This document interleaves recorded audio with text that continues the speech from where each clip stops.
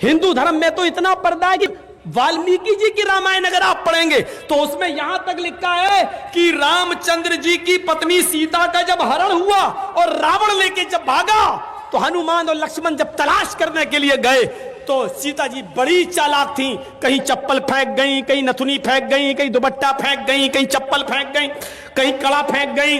हनुमान एक एक चीज, ये चप्पल किसकी है? लक्ष्मण कहते मेरी भाभी की है, सीता की। चलो इसी रास्ते से ले गया और आगे के दुपट्टा मिला, ये दुपट्टा किसका है? कहा ये दुपट्टा भी मेरी भाभी का है, सीता का। चलो और आगे चलो, इसी रास्ते से लेकर गया और आगे बढ़े, एक एक चीज हनुमान जी देते गए और लक्ष्मण पहचानते गए। लास्ट में नाक में पहनने वाली नथुनी मिली, नथुनी। तो हनुमान ने कहा ये नथुनी किसकी है? जल्दी से लक्ष्मण ने कहा अरे यार हनुमान जी ये नथुनी नहीं मालूम है, ये शायद मेरी भाभी की होगी। हनुमान ने कहा सारी चीजें पहचान गए, नथुनी कह रहे होगी। तो हनुमान जी के इस प्रश्न पर क्या जवाब दिया लक्ष्मण ने?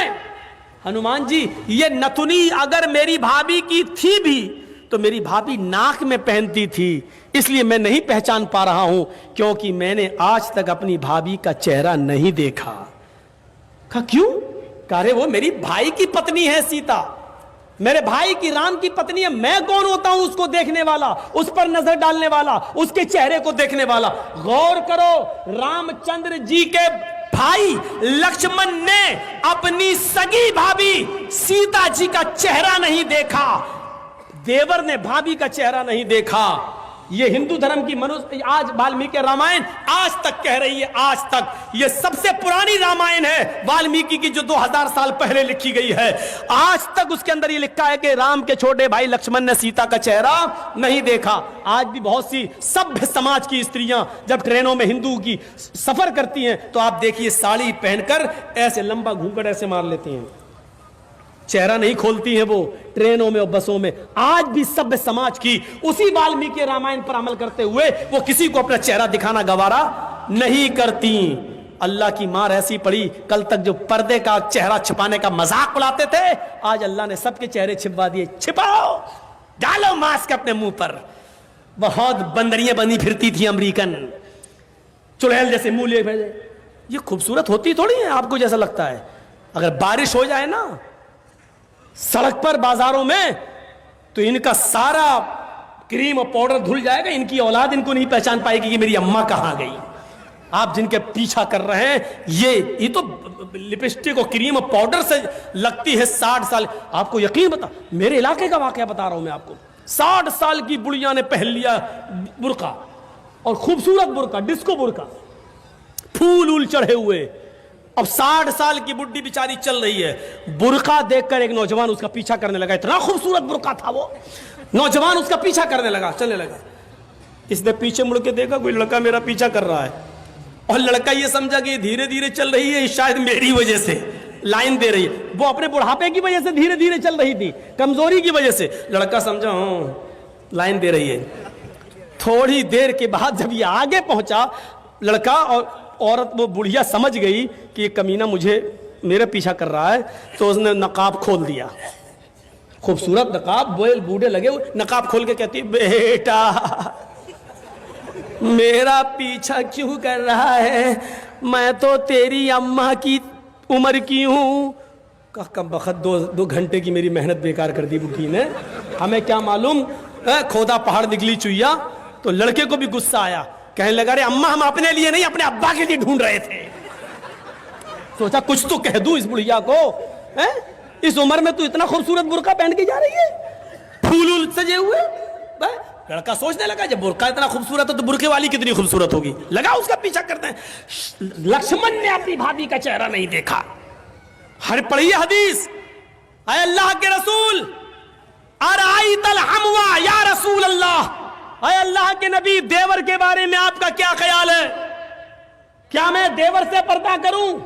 एक ही घर में होते हैं, देवर और जेठ का आना जाना रहता है, हमारे अपने रिश्तेदारों का आना जाना रहता है। आए अल्लाह के नबी, क्या मैं देवर से भी पर्दा करूं? अल्लाह के नबी का जवाब ये था, हाँ दूसरों से पर्दे में कुछ कमी हो जाए तो चलेगा, दूसरों से पर्दे में कोई कमी हो जाए तो चलेगी, लेकिन देवर से पर्दे में कमी नहीं होनी चाहिए। अलहमुल मौत, देवर तो भाभी के लिए मौत है, देवर तो भाभी के लिए मौत है। जिस देवर से सबसे ज्यादा पर्दा है, आज हमारी औरतें, हमारी माँ बहनें देवर से ही सबसे ज्यादा खुली होती हैं।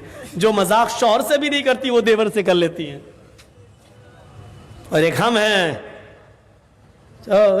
भाभी को घर पहुंचा दो, अपने छोटे भाई को कह रहे हैं भाभी को घर पहुंचा दो। और ऐसे ही ससुराल में हमारा हाल है।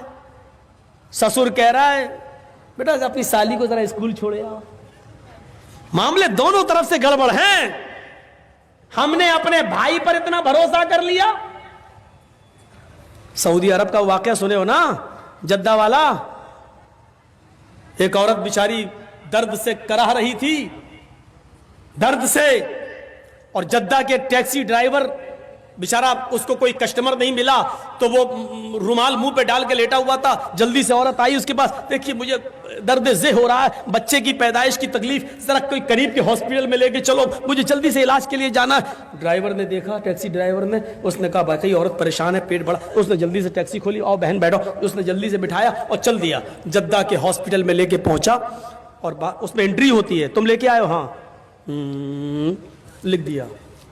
अब ये बैठा है कि जल्दी से वो चेकअप करा के आए, तब हमें पैसा दे, जितना हुआ मेरे रियाल। उधर पता चला साहब उसको एडमिट कर लिया गया है, अभी वो 2-3 दिन रहेगी, आप उसके साथ आए हैं? इसने कहा जी। कहा ठीक है, उसको एडमिट कर लिया गया है। और उसने सोचा कि चलो अब हम चलें, 1-2 दिन के बाद आऊँगा, देख लूँगा अगर बच्चा अच्छा पैदा, अभी इतनी जल्दी छुट्टी थोड़ी हो जाएगी, डिलीवरी का मामला है, जब गुजरूंगा तब ले लूँगा पैसा। ऐसा वो चला गया। ये घर में जैसे ही लेटा, इशा के बाद सोया, फजर की नमाज जमात के साथ पढ़ने जाता था और फजर के बाद टैक्सी चलाता था। फजर की नमाज पढ़ के जैसे ही घर आया, इसकी बीवी ब्रेड और आमलेट बना के लाई। टेलीफोन की घंटी बजने लगी इसके घर पर, क्योंकि जब रजिस्टर पे जब इसने औरत को छोड़ा तो अपने घर का मोबाइल फोन और नंबर सब लिख दिया था। फोन फला बोल रहे हो जी? भोपाल के रहने वाले थे ये लोग, टैक्सी चलाते थे 20 साल से सऊदी अरब में, जद्दा में। अच्छा तुम यहाँ अपने घर पे आराम कर रहे हो? का क्या हुआ? अरे कल तुम अपनी बीवी को हॉस्पिटल में छोड़ के गए हो ना, बच्चा हुआ है लड़का, आओ और अपनी बीवी को लेके जाओ यहां से। कहता है डॉक्टर दिमाग तुम्हारा ठीक है?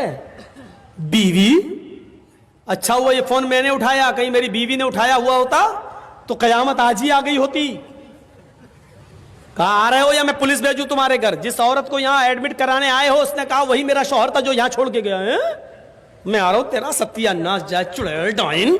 उसने टैक्सी चलाई और धर से चलाता हुआ चला गया। कहने लगा क्या बदतमीजी है?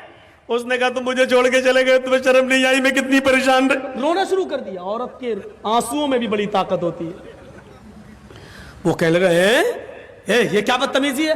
डॉक्टर साहब ये मेरी बीवी नहीं है। डॉक्टर साहब नोक झोंक तो सब घरों में हो जाती है, थोड़ी सी लड़ाई हो गई, हमें यहाँ छोड़ के चला गया। नहीं मैं ये बेटा अरे मेरा नहीं है, चलो अपने घर के झगड़े अपने घर में खत्म करो, चलो। उसने कहा ऐसा है चेकअप कर लो। चेकअप कहा डीएनए टेस्ट करे। ये लड़का आदमी तैयार, कहने लगा ठीक है मैं डीएनए टेस्ट करूंगा। मामला इतना बढ़ गया कि डीएनए टेस्ट की नौबत आ गई। जब इसका ब्लड निकाला जाने लगा और लड़के का ब्लड, तब औरत क्या कहती है? डॉक्टर साहब डीएनए टेस्ट कर लीजिए, लेकिन मशीन कभी कभी गलत रिपोर्ट भी दे देती है। अभी आदमी चिल्लाते हुए कहता चुप, गलत रिपोर्ट दे देती है। अभी पता चलता है 2 घंटे के बाद, 3 घंटे बाद जब रिपोर्ट आएगी, या 2 दिन 3 दिन के बाद, तब पता चलेगा। डॉक्टर साहब इसको यही रखिए, 2 दिन के बाद रिपोर्ट आएगी, मैं यहाँ हूं। 2 दिन के बाद गया, डॉक्टर साहब क्या आया? डॉक्टर साहब ने कहा बिल्कुल गलत, ये तुम्हारा बेटा है ही नहीं, जाओ। वो औरत पैर पे गिर गई। डॉक्टर साहब मैंने कहा था ना कि मशीन की रिपोर्ट कभी कभी गलत आ सकती है। आई, अल्लाह की कसम यही मेरा पति है, यही मेरा हस्बैंड है, यही मेरा आदमी है। डॉक्टर कहता है औरत नकले मत दिखा, चट ये तो कभी, ये तो इसका बेटा है ही नहीं, साफ साफ रिपोर्ट में आ गया ये बेटा किसी और का है, इसका नहीं है। वो कहने खूब रोई। डॉक्टर कहता मेरी बहन मैं तुम्हें कैसे बताऊं, इस आदमी की रिपोर्ट इतनी डेंजर है, इस आदमी की रिपोर्ट में तो यह आया है कि ये जिंदगी में कभी बाप बन ही नहीं सकता। तुम कह रही हो कि इसका बेटा ये तो बाप बनने के लायक नहीं है। अब इस आदमी का दिमाग खराब। क्या क्या कह रहे हो डॉक्टर? कहा तुम बाप नहीं बन सकते हो। भाई सॉरी, रिपोर्ट में हे डॉक्टर मेरे 6 बच्चे हैं, तू कह रहा बाप नहीं बन सकते। डॉक्टर बड़ा परेशान। डॉक्टर कहता है ऐसा केस मेरी जिंदगी में पहली बार आया है। अब औरत कहती देखो मैंने कहा था ना कि रिपोर्ट कभी कभी गलत हो जाती है। यह आदमी बोला चुप, यह रिपोर्ट तो सही है कि यह बच्चा मेरा नहीं है, लेकिन यह रिपोर्ट गलत है कि मैं बाप नहीं बन सकता। दोबारा करो। डॉक्टर ने फाइल फेंकी। भाग, मेरा दिमाग खराब करके रख दिया तुम लोगों ने। जाओ यहां से, जाइए बेटा तुम्हारा नहीं है, जा पता लगा। अब फाइल उठाई और टैक्सी में रखा और चलने लगा। बाप नहीं बन सकता, बड़बड़ाता हुआ जा रहा है।